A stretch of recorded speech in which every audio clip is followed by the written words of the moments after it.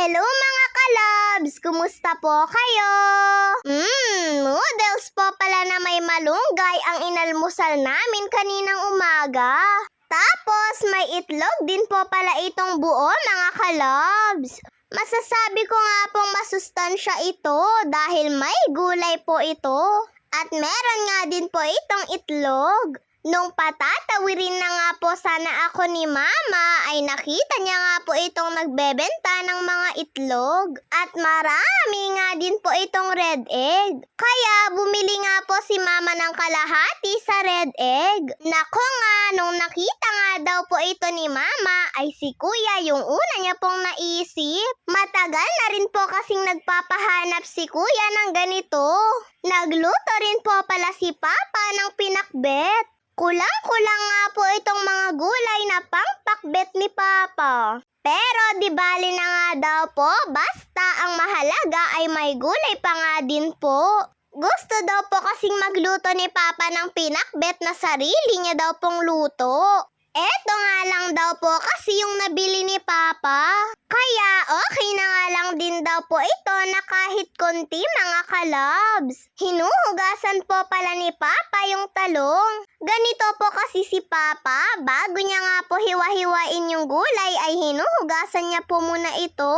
Para hindi na nga daw po hugasan kapag nahiwa-hiwa na daw po. Magkaiba nga po sila ni Mama mga kalabs. Si Mama po kasi ay hinahati niya po muna yung mga gulay bago niya po ito hugasan. Pero sinasabi nga po sa kanya ni Papa na kailangan hugasan daw po muna bago hati-hatiin. Para hindi nga daw po mawala yung sustansya ng gulay. Kapag nga po natatakam si Papa sa gulay ay siya nga po talaga yung nagluluto. O di kaya pag may gusto naman po minsan si Mama ay siya po ang nagluluto. At nung natapos na nga din pong naihanda ni Papa yung mga gulay ay naggisa na nga din po siya. Karne ng baboy po pala ang ihahalo ni Papa dito. Nung nagisa-gisa na nga po ni Papa yung karne ay tsaka nga lang po siya naglagay ng bagoong. Ganito po kasi magluto si Papa ng pinakbet. Ginigisa nga din po niya yung bagoong. At ganito na nga din po magluto si Mama ng pinakbet dahil po kay Papa mga kalabs. Napakabango po kasi ng bagoong kapag po ginigisa. At nung nagisa niya na nga po yung bagoong mga kalabs, ay ilalagay niya na po itong mga gulay. Tignan niyo naman po at medyo konti lang po talaga itong lulutuin ni Papa. Pero sa palagay ko ay tama naman po sa amin ito. Hindi na nga din po pala maglalagay si Papa dito ng tubig. Mas masarap po kasi ang pinakbet kapag po medyo dry. Isa pa nga po kaya gustong-gusto pong magluto ni Papa ay dahil po dito sa gamit niyang lutuan, pati na nga din po yung espatula namin. Pag uwi ko nga po at pagpasok ko dito sa bahay ay naaamoy ko na nga po yung mabangong niluluto ni Papa. Sakto nga po yung akala ko, pinakbet po itong niluluto niya.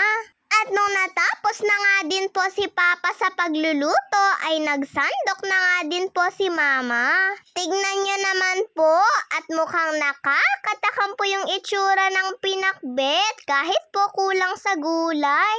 Ngayon nga lang po ulit nagluto si Papa ng pinakbet at gumawa pa nga po si Papa ng sabaw. Pinakuluan niya nga po dito yung karne na ginamit niya sa pinakbet. Pagkatapos ay tinawag na rin po namin si Nanay para sabay-sabay na nga din po kaming kumain.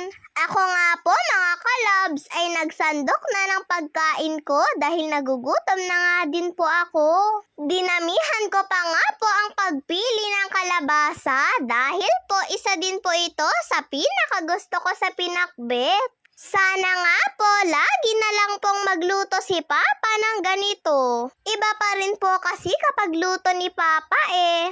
At pag uwi ko nga po kaninang hapon mga kalabs, ay pinakita ko nga po kaagad kay Mama yung pinaint ko po sa school.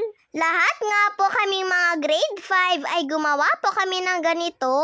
Ariel nga po ang napili ko pang ipinta sa bato. Mabuti na nga lang po ay nahanap ko po itong malaki at magandang bato na pwedeng pagpaintingan. Habang nagtitimpla nga po ako ng gatas ko, sabi ni Kuya ay ipagtimpla ko nga din daw po siya.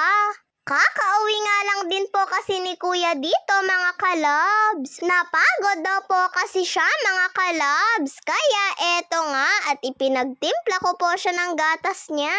At may nabili nga din po si Mama na maruya para po sa merienda namin. God bless to all po sa inyo mga kalabs. Bye-bye po!